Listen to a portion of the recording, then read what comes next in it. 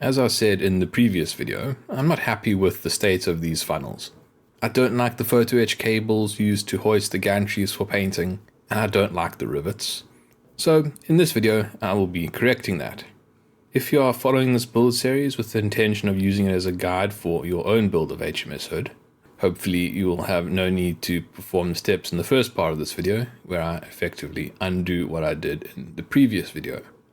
The first thing that I need to do is remove these photo etch cables. They were glued down with extra thin super glue, but the glue wasn't applied across the entire length of the component, so they're quite easy to remove. I just need to get a knife under it in a place where there isn't any glue, and then I can lift it up off of the glue. These components do need to be kept. I'm not going to use the cable section of them, but the tackle at the top I'm going to keep and then reinstall onto the replacement cables that I'll put in place. This means that they do need to be cleaned up, so I'm putting them in this little dish which I'll fill with acetone to dissolve the glue and paint. Once all the photo etch is removed, I now need to deal with the glue that is left on the funnel itself.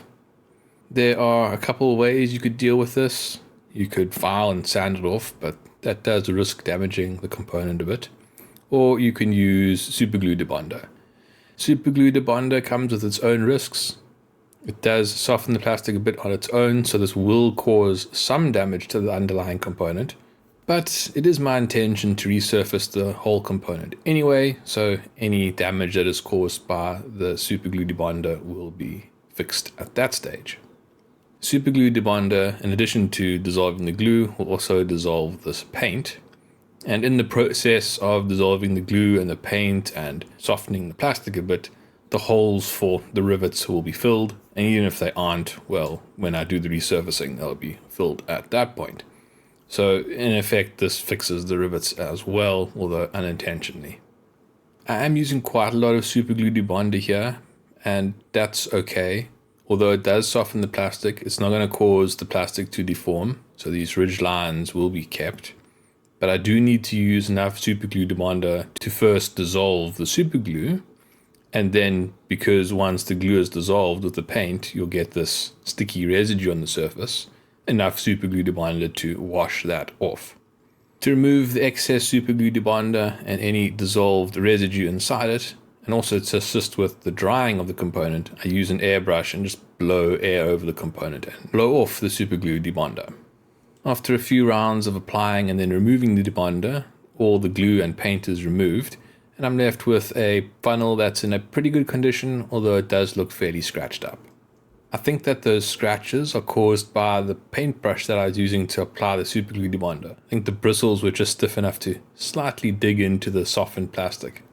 Just shows how sticky and soft that upper level of plastic becomes when using super glue debonder.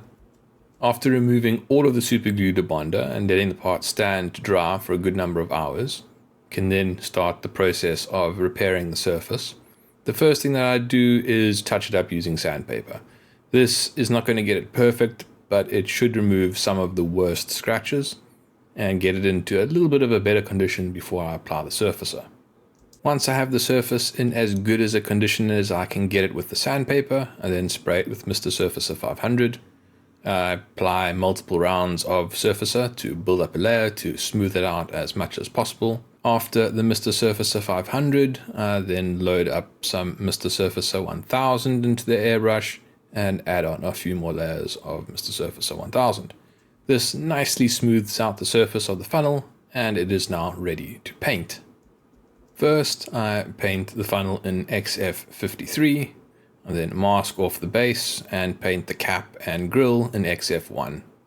Hopefully this is the part of the video where you would start if you were building this model yourself and you didn't make the modifications that I made in the previous video.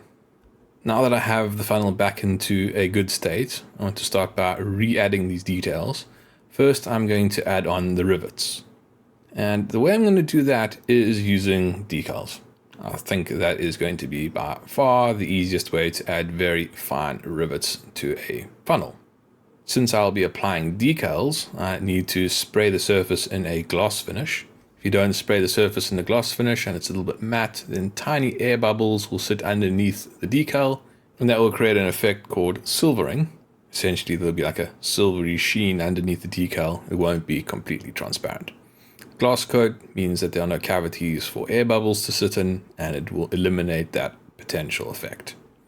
After spraying everything in the glass coat, it is then ready for the decals. I printed these decals myself, just using an inkjet printer and decal paper. All that they are is a fine dotted line in light blue. The reason why I chose light blue is because I want them to be a different color, a slightly different color that is, to the gray of the funnel, but I don't want it to be particularly darker. The issue with decal paper is that it's transparent, and an inkjet printer does not print white. That's usually the color of the paper. That's where the white comes from. And a rivet being a raised object sitting out the side of a surface, you would expect to catch the light and appear to be slightly lighter than the surrounding metal. If I were to print a gray rivet on a piece of white paper, that would in effect be achieved by using a little bit of black ink and then allowing more of the white paper to show through. If I were to then transfer that decal onto the funnel, which is of course gray, it would mean that the black ink, even though there's only a little bit of it, would darken the underlying gray and make the rivet appear darker than the surrounding gray. And that is something that's going to be pretty much unavoidable. But my thinking was that if I were to use blue, it would have a slightly different shade. So even if the contrasts were similar, they'd still be visually distinguishable. And of the choices that I had for the primary colors in the printer, blue on gray would make it blue-gray, which is a realistic color to find on a ship. And by being not black, I could probably make it lighter than it would have been if it was a gray or, as I say, black dot. I do acknowledge that I have probably overthought this and that it probably doesn't really make much of a difference if I had used blue or black, but that was my thinking for using blue. Anyways, after printing the fine blue dotted lines, I then cut them out and placed them in warm water to remove them from their backing card. Once again, I am doing something that might seem a little odd. This decal paper that I'm using is quite tricky to work with. It's very difficult to remove from its card without it folding back on itself, and if it does fold back onto itself, it bonds to itself, and it's very difficult to get it to release again unless you dunk it in water, then it'll unfurl again. But out of the water, once the two sides touch, this thing is not coming apart. It's also quite delicate in the sense that it tears very easily, and with a large decal like this, that makes it very difficult to position and move large distances while it's actually on the model. Fortunately though, you can float the decal on the surface of the water. You can then bring the funnel up underneath it, and while it's still submerged in water, fairly accurately position the decal on the funnel, and then gently lift it out of the water, which will trap a little bit of water underneath the decal.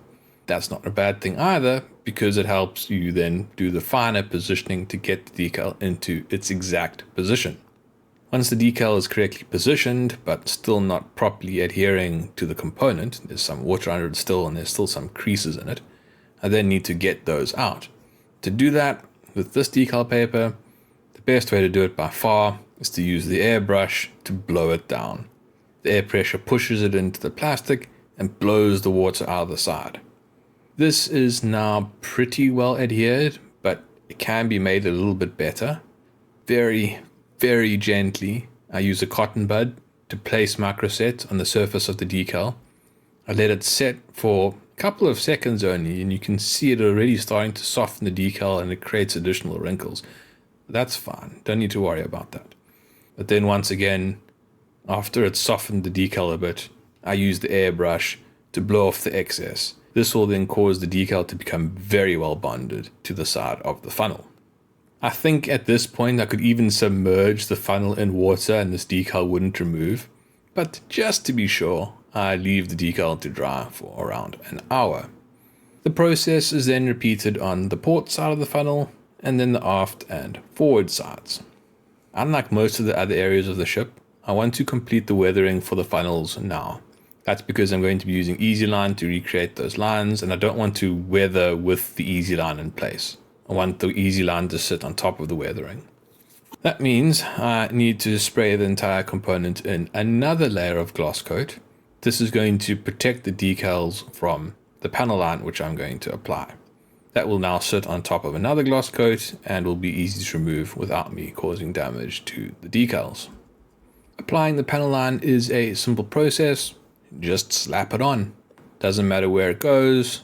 I'm trying to direct it to the ridges and edges where there is detail because that's where I want it to be, but any excess panel line that's on the component doesn't matter. Because everything is covered in a gloss coat, it is going to be easy to remove. While applying the panel line, I realized that I hadn't drilled out the top of these pipes. All that I want is a small black dot to represent its opening, and unless I create that opening with a drill bit, I'm not going to be able to get it perfectly circular. It doesn't need to be deep, it just needs to be deep enough such that the panel line will enter that hole and create a nice circle. After applying all the panel line and letting it dry for around 10 minutes, I then remove it. To remove the panel line, I use Mr. Weathering Color solvent.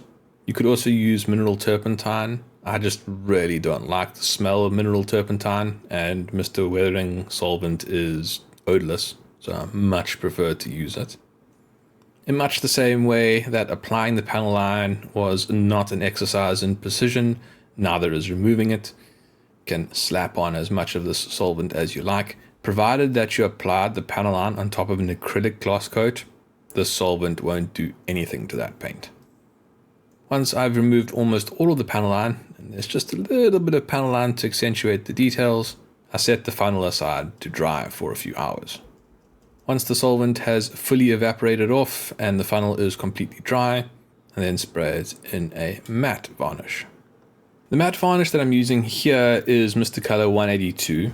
You have to be a bit careful with this varnish. It is incredibly potent.